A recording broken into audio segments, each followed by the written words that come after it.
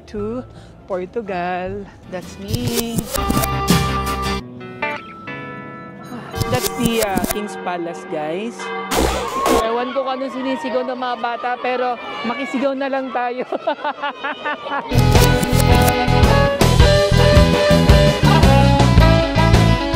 Yan yung kulay ng flag ng Spain.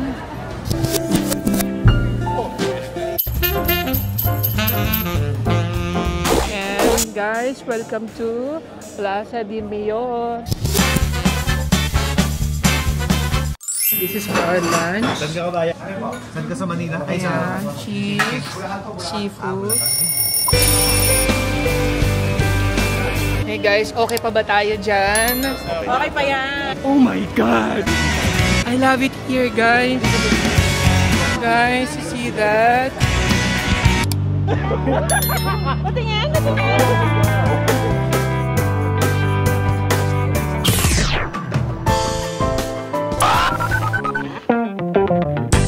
Ito, Museo del Prado, one of the most iconic masterpiece ng Spain when it comes to art. Nakaka-amaze lang, guys. Makikita mo dito yung monument ni Dr. Jose Rizal. Si Dr. Jose Rizal ay nakapag-aral dito sa Spain, Madrid, kaya kinilala or binigyan ng recognition ng Madrid si Dr. Jose Rizal.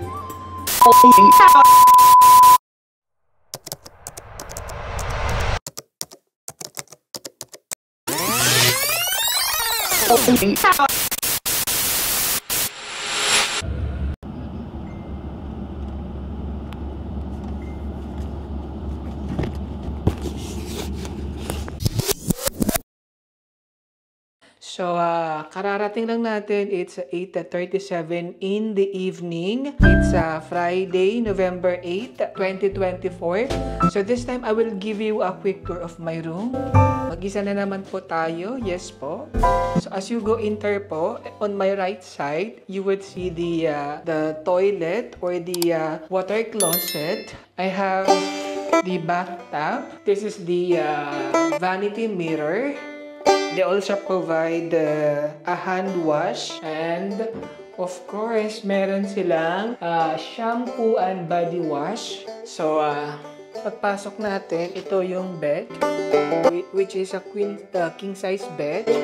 Yes, good for 2 persons. You have a table kung gusto mo mag-me time.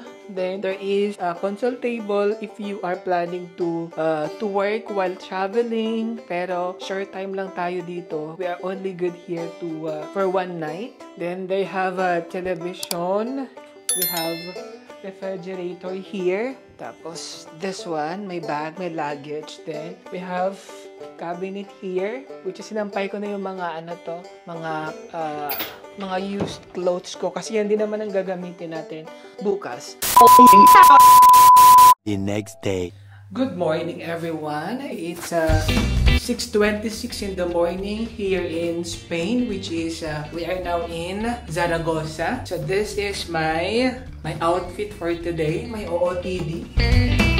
Today we are going to Andorra. It's gonna be a long ride.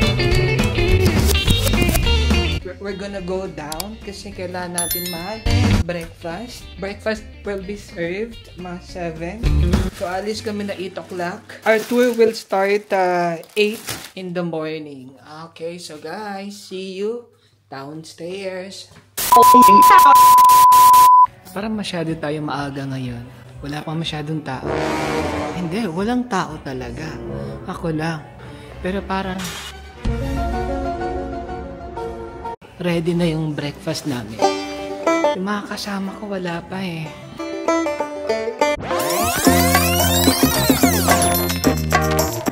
Jams here, mango, strawberry.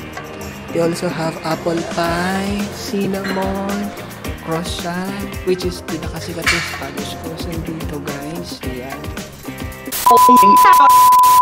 A few moments later. Hey, good morning. Hi. Yes, good morning. Again, we're here again. Welcome to Zaragoza here in Spain. Again, we're still in Spain, and then later we were going to Andorra. It's a small county. After in Europe, it's between Spain and France. Ito mga kaibigan ko guys, ang mamayayaman kong friend. Ay, grabe. Yeah. Saan yun yung... So, today, yeah, siya. Naka-coach yung bag niya. Tingnan mo. Oh, coach talaga. Oo. Nahiya naman ako sa bal. Diyos ko lang. So ito na nga guys, we will be going to cathedral here in Zaragoza, Spain. Ito bloated yung mga tiyan namin. Oh. Puro kain na lang yung ginagawa namin eh. Yes. So guys, ito na yung cathedral. But the thing is, under construction. This is visiting places in the wrong time. Hindi pa yata tapos. Under construction pa pala to.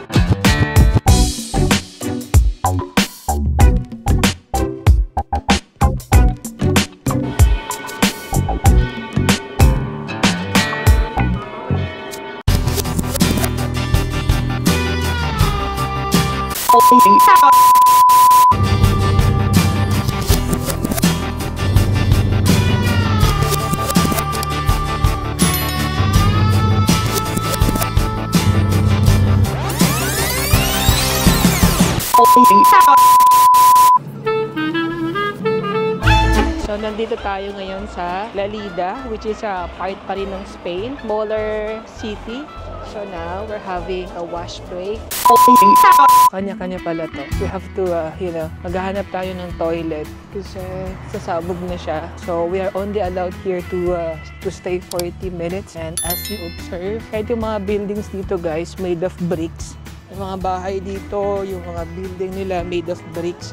Kasi nga malamig yung panahon dito, so parang as protection for themselves, kasi malamig dito sa Europe, so kailangan nila ng mas makakapal na mga protection.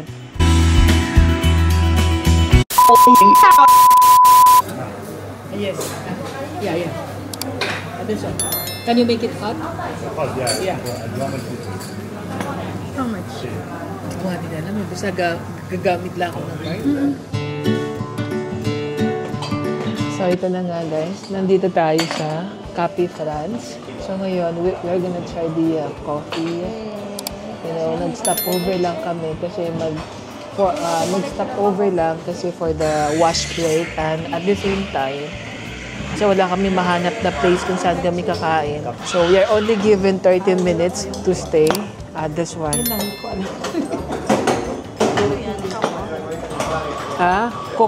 Chocolate yata to. Masarap. Masarap naman. Alam mo yung Vitamilk, tapos Vitamilk, tapos ginawang hot, hawakan nyo, mainit. Hindi ko din alam mamaya, ika-credit card ko. Masarap siya guys, para lang siyang Vitamilk sa Pilipinas, tapos pinainitan lang. It's good. Hi guys, we are now a part of Spain. So,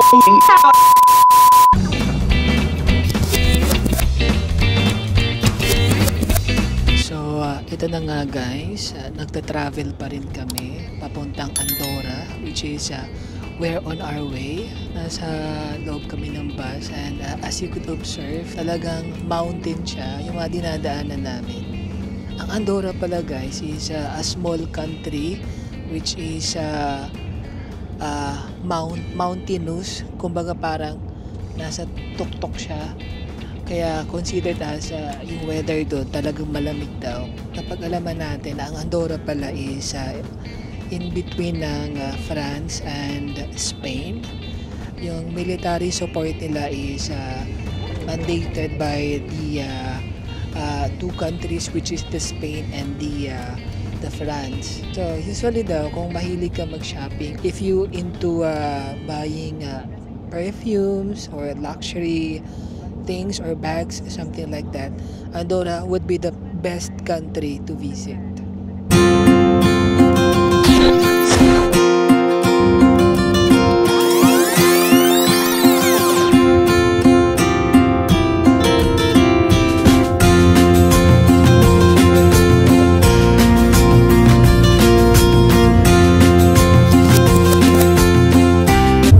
Guys, grabe yung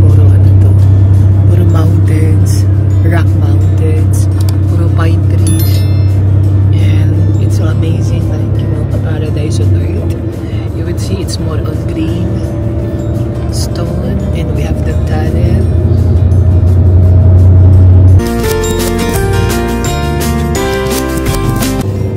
May gulay.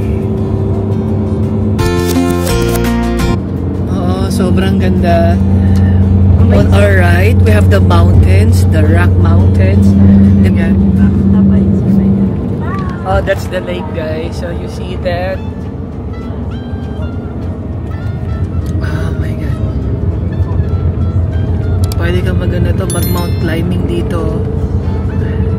Kung competitive ka sa mga ganyan, pwede dito. Daming tunnel. Ilang tunnels na yung dinaanan namin. So parang pinatasan talaga siya para at least may daanan siya. Ayan, kasi paglabas, ayan na yung view. Ang ganda, oh my God. That one.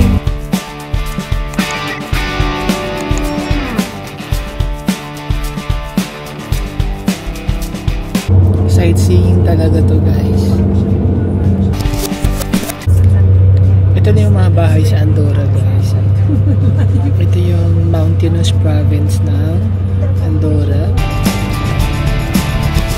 Nakaka-amaze lang, guys. Kasi inside the tunnel, there's also a traffic light. May nagre-regulate pa.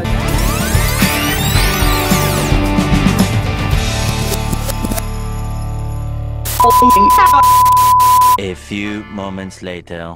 So ito na nga, kalalagpas lang natin ng border ng Andorra and Spain. So this time, namili lang muna kami. Nag-wash break kasi yung mga kasama ko talagang hindi na mapakali, kailangan ng umihi. Tapos namili tayo ng chicheria para at least may nakakain lang sa bus. And you know guys, sobrang lamig dito. Ayun, puro mountains talaga yung makikita mo dito. Tapos, kunti lang yung mga tao. Unlike sa Pilipinas, very populated. Dito, wala kang masyadong makitang naglalakad or, you know, kunti lang. Tapos, mura lang yung mga bilhin dito. This is just 0.60 euro. Unlike sa Spain, mabibili mo siya ng mga 2.50 euros. And try to appreciate yung mountains. Talagang iba siya. Ang titibay siguro ng mga bahay nila, no?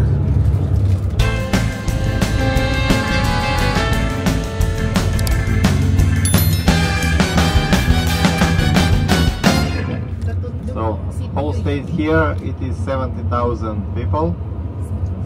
It's a big, maybe, middle city. So guys, welcome to Andorra. This is the government, I think, of Andorra. Okay. So, we're gonna do on top. Kasi magsha-shopping daw yung mga kasama natin. Let's see kung may makita tayo dyan na pwede sa atin. Govern the Andorra. Dito daw sa Andorra, guys, puro mayayaman daw yung mga nakatira dito. Tsaka, pag gusto mong maging permanent, if you want to live here for good, I think they are very strict when it comes to that because they only allowed 200 to stay here per year, I think. Okay, so we're gonna go upstairs. Sa taas yata.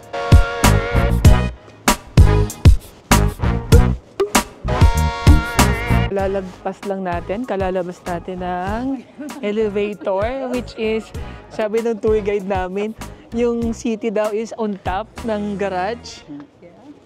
So ito na. We're gonna do shopping. Estimated daw yung population ng Andorra is nasa 78,000. That's how they are, very small country, and you see, hindi masyadong malamig. It's 17 degrees, so pwede pa. It's manageable. So ito yung pinaka-tourist spot nila, which is, ito yung laging pinupunta ng mga turista para magpa-picture dito sa bell na yan. Cathedral ba to? Ito yun, di ba? Ito yung cathedral nila. for a small country. Ayan, sa taas, it's a mountain.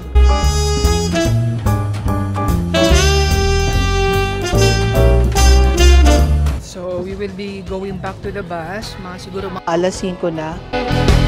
So, it's 4:33 p.m. in Andorra and we are still waiting for the others. Yung mga kasama ko, nagsha-shopping na, tapos samantalang tayo. Ito, nagmi-me time lang. Na-appreciate natin yung beauty ng Andorra kasi minsan lang natin ito madadaanan eh. Ang Andorra kasi, daanan siya ng mga port of entries, papuntang France, Germany, Switzerland, Netherlands, Belgium. So, you know, it's good na we are here. At least nadaanan natin ito pinaka-small country ng Europe. And it's good kasi mas mura yung mga bilhin dito. Yung shopping, mura yung mga perfumes, yung bags. Yung mga kasama ko bumili ng bags. Ako din bumili ako ng mga susuotin ko. Yung coat, pwede kong gamitin sa Switzerland. Kasi talagang kailangan natin kung may nagpe-perform doon, check natin guys.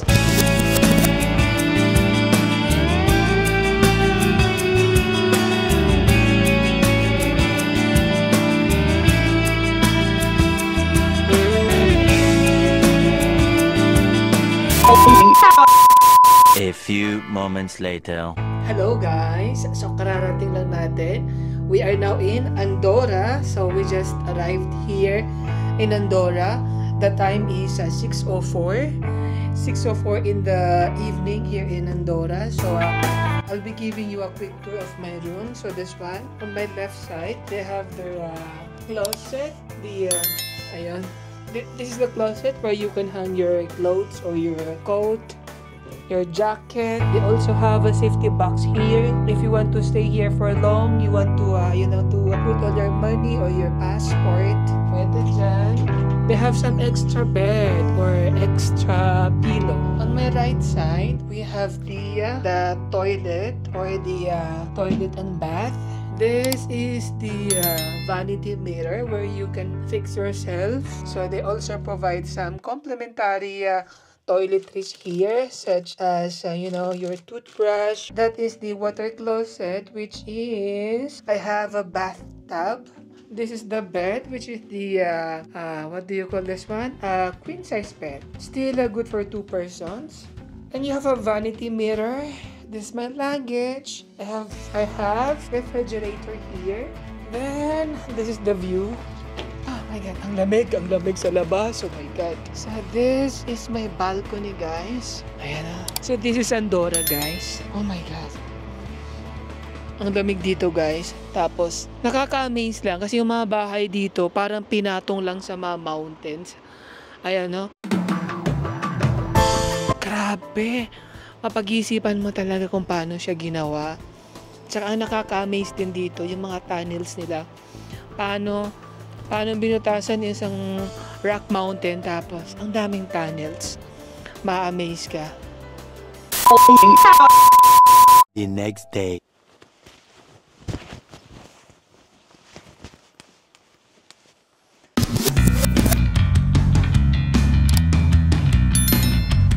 Malamig sa labas kaya dapat doble-doble yung jacket natin, mga coat natin. That's better.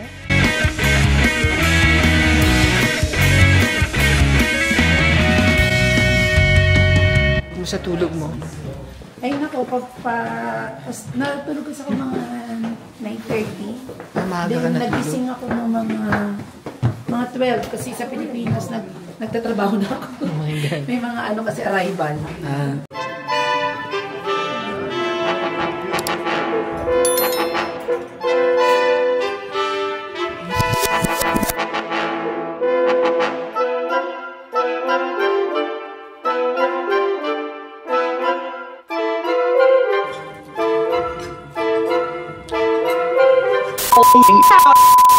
To Marseille, where we will stay tonight. They are pretty big cities on the south of France, popular in the history. You know, this South side, it was all the time again fight in the past between Spain, France, Germany. After that, some period Muslim people occupied this region, so the Christianity after that converted to the Christianity.